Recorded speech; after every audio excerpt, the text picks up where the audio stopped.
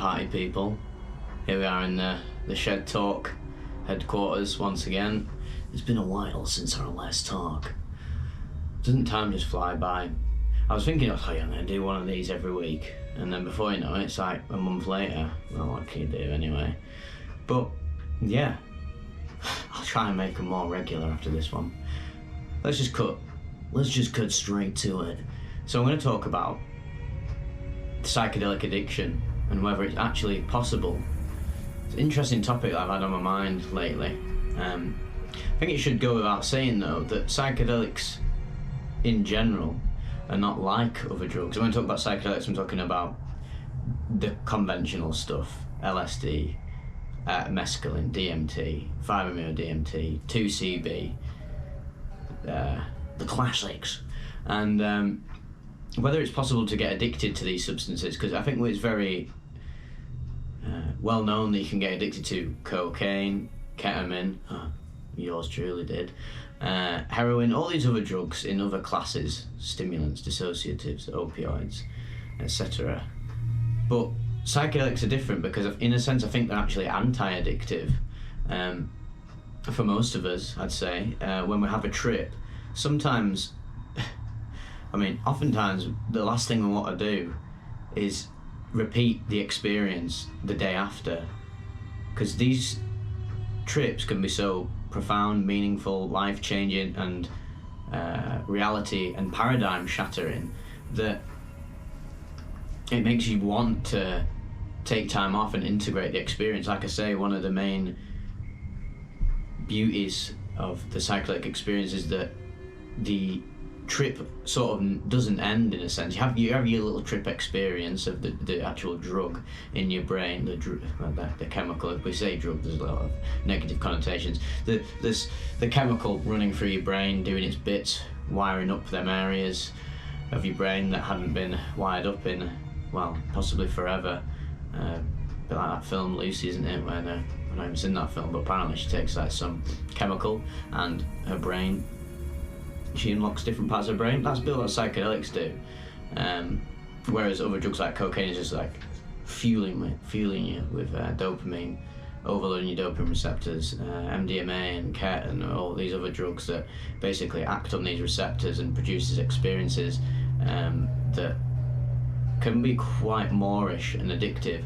But psychedelics, in a sense, that can be so intense that I think they're actually anti-addictive. And also, what's interesting about them is that many of you know that people who have drug addictions oftentimes pursue, say, ayahuasca experiences, 5-MeO-DMT experiences, and any psychedelic journey in general that can induce these spiritual insights into trauma, PTSD, the ego baggage that you've got going on, to elevate your consciousness so that you can develop further as a human being, as a soul, if you want to call it that. So yeah, I'd say for me, psychedelics are actually anti-addictive, but there was a period of my life, and I bet there was in many of yours, and maybe you're actually going through it right now, where you are a bit obsessed with psychedelics. You're not really addicted to them. A litmus test for addiction is if you can go a week without something, if you can go a week without using something that you use sort of habitually, or have a bit of a shine for, and it's become like become part of your regular life. And if you can let it go for a week and not give in to the cravings, or even have cravings in general, you're not addicted, I'd say. This is just a general rule of thumb. I'm not, again, I must say, I'm not a professional. This is just me talking about things I've learned over my life and my many bizarre adventures with psychedelics and my bids to understand reality. So I don't really know what the fuck I'm on about, to be fair, but for some reason some people find what I say rather insightful, which is the biggest trip for me. So I've noticed a lot of people do, and I did myself, so I completely understand this. You get a bit obsessed with psychedelics. I've talked about this a lot. I talked about it in the Untold Dangers of Psychedelics video, where basically you can sort of lose yourself in this material realm and get lost in the astral worlds, get lost in the tripping experience and be like, oh, what's the material reality? It's so shit, it's boring, it's mundane, I'd rather just be tripping all the time, blah blah blah blah. And then to be fair, what happens to many people, including myself, is that this comes and bites you in the ass, because you realistically have to face up to the fact that, right, this is this sober mundane reality, which isn't really mundane at all, it's just how you choose to perceive it. There's a lot of weird noises going on outside, sorry about that, it sounds like fucking Mad Max Fury Road Simulator. Fucking hell, sorry if my voice is all over the place, I'm a bit sleep deprived, but we had to do the video because I get that little creative urge, and then like, right, let's go, let's get straight in, man. And see, I went through that a bit where I was obsessed with psychedelics. I was literally just obsessed with, like, right, every single weekend I will take psychedelics, and I wasn't addicted to them per se how I'd been addicted to weed or care, which is very much, I literally couldn't control myself, and it was 100% an addiction through and through. All the hallmarks of it were there. With psychedelics, I wasn't addicted to them, but I was obsessed, and it became a toxic obsession. It was like, right, every weekend I need to trip because I need to keep growing, I need to keep exploring these realms, and this is me now, this is what I have to keep doing. And the more you keep doing that, the more you will lose your connection with this. I mean, some people might be able to do it. I bet there's many of you who have a healthy weekly psychedelic practice, even though I would recommend having like quite a big break between trips to integrate them properly and make sure you don't get mired in the loss of reality that sometimes comes with tripping a lot.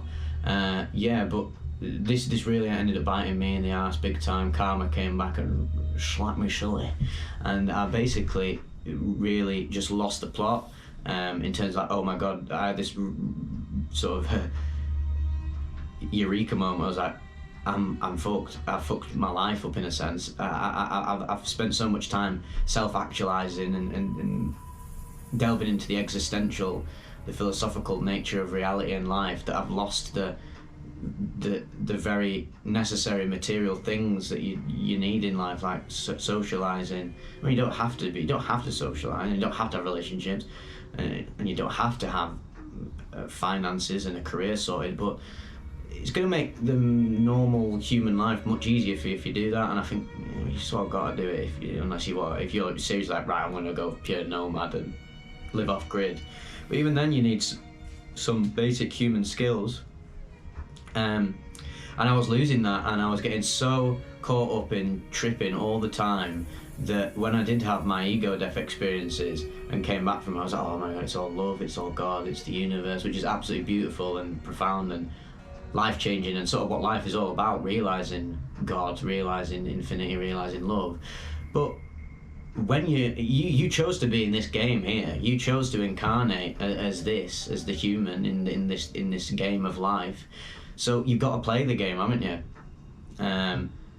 It's not like fucking Fallout New Vegas where you press the tilt key and you can put player.add item, give me bare simoleons or whatever. You can't do that in reality. You're restricted to the limitation that has been imposed upon this state, and you've got to just dial it back sometimes. If you're obsessed with psychedelics and doing them all the time, especially even not just psychedelics, even if you're obsessed with like smoking weed or doing all these other substances and doing all this open-minded stuff, which is great, and I think that's awesome if you can do it healthily and wise.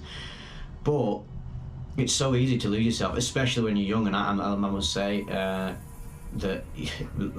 again and again, if you really care about this work and care about your consciousness and your brain and your life, I just wouldn't do psychedelics till you're like, I'd say I do it when you're like 25 or something. Obviously everyone's different, but I would say, sorry, I thought I saw an apparition, Sasquatch in the garden, and I must say that you should probably just dial it back and be more cautious about how much these altered states are actually playing with your current state. Because if you're altering your state all the time, you're not going to lose who you are fully, but you're going to lose track of what you need to do in your life. Everyone's got needs, different needs, and sometimes we replace our base needs that we're like, oh, I can't be arsed doing that, I can't bother with feeding myself or getting money, like what's really the point when it's all just an infinite game and it's an illusion. But it's like, yeah, but you're still in the illusion, you're going to be in the illusion for a fucking very long time. You've got to just sort your shit out, haven't you? Got to get the main thing you want to do is you want to get be passionate about altered states and consciousness and psychedelics. That's beautiful, that's awesome. Psychonauts are brilliant, and we have the power to change the world in a sense, even though that's the most cringy sort of like shonen level thing I've ever said. We got the power to change the world, bro. But in a sense, yeah, it's a super profound thing that can induce great change in people on an individual and collective level. But psychedelics aren't the answer to everything. There's always that classic thing, isn't there? Everyone says about, oh well, if we just dropped acid in the water supply, everybody will be fucking fixed. It's like, no, it's so much more complex and intricate than that. Some people are going to go mental. They're like, no, I'm not ready for this. Imagine if that actually happened, hypothetically. Some people would go super insane. In fact, they could possibly even start wars. Some people don't want to let go. The inner ego sometimes doesn't want to let go of it. And yeah, you really just have to be so careful with this stuff because it's super profound, super challenging, and super threatening to the ego. And the ego loves to fight back and will fight back quite violently and can really derail you. So to sort of answer the whole question, are psychedelics addictive? Not in the conventional sense, no. If we think about addiction to food and sugar and dopamine and these pleasure chemicals and escape, but in a sense it is addictive in an escapist sense. That's what I'm trying to get at. You can be obsessed with psychedelic and sort of, oh, I'm obsessed with them, I love them so much, but then I'm forgetting about other parts of my life, and that's sort of like a soft core addiction. But then there's the other type of addiction where it's like, you're addicted to escapism, and psychedelics are the tool for which you're escaping. So in a sense, you can be addicted to them in that way. But I think in contrast to other drugs and other forms of addictive things, if you do psychedelics every day, you are probably gonna seriously lose yourself and lose your shit. Look at these people. Conor Murphy, he's a good example. Guy did like ayahuasca and 5 mg DMT like all the time. And he just lost it, didn't he? I think he was a bit addicted. I don't know anything about the guy, and in fact, I wish him the best, and I get it, I empathise. But I think he was probably addicted to escapism, addicted to like this God consciousness stuff, and then his ego was twisting it into this like toxic, obsessive habit that really sent him off rails and harmed what was a budding young soul, really. Maybe he's turned it all around now. I genuinely hope he has. You can always turn it around, but you've got to have the wisdom and the courage and the determination to do so. So if you are going off the rails with psychedelics right now and you find yourself obsessed with them, or you use them as for escapism, and you can't, almost feel like you can't stop yourself, do what I do, take a long hard look in the mirror and just sort of get on a level with yourself. Look yourself straight in the eyes and be like, what are you doing? Is this right? Is this genuinely what you should be doing? It actually can be quite healthy. I've started talking to myself a lot more, because sometimes you just get lost when you're just like, and then your monkey mind, I call him Jimmy.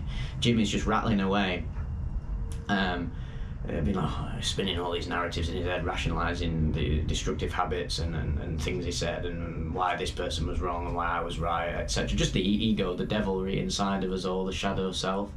And sometimes it can go a bit awry when I'm just sat there like, and it'll just start coming up, and then sometimes I just have to be like, hey, stop, just calm down, don't do it, as Goku would say. And gotta get control of yourself, haven't you? We suffer through this life, but you can manage the suffering. It doesn't have to be as bad as it can be, but if you lose yourself, lose your inner self, and let let the shadow self take control, it can take you down some very dark paths, and one of them can be abusing psychedelics, and if you abuse psychedelics, I know you can abuse heroin and all these other drugs, and it'll be catastrophic physically and mentally, but something about psychedelics, like abusing them, there's an even more like twisted element to it. If you're abusing them, they really will shatter your perception of reality, give you HPPD and other diabolical things that you'll then have to work through for quite a long time. But there's always a light at the end of the tunnel. You can work through these things, no matter how bad you are right now. I mean, I bet that some of you are in a really bad place, and I really feel for you. But just know that you can turn it around. I've been having these serious revelations lately. I'm like, I think I'm mostly done with psychedelics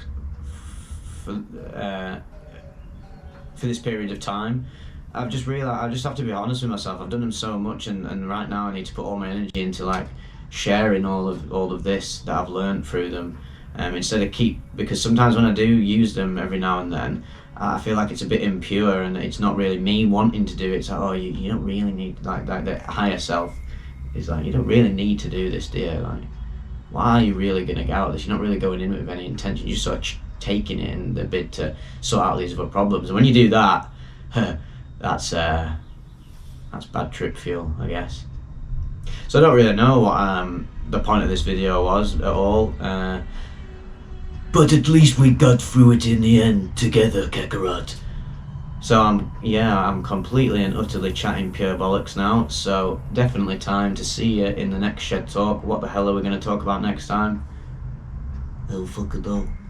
Anyway, love you all, thank you so much. Don't forget to like, comment and subscribe and all that jazz.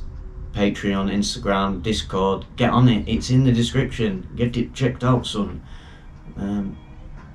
Much love, and I'll see you on the other side.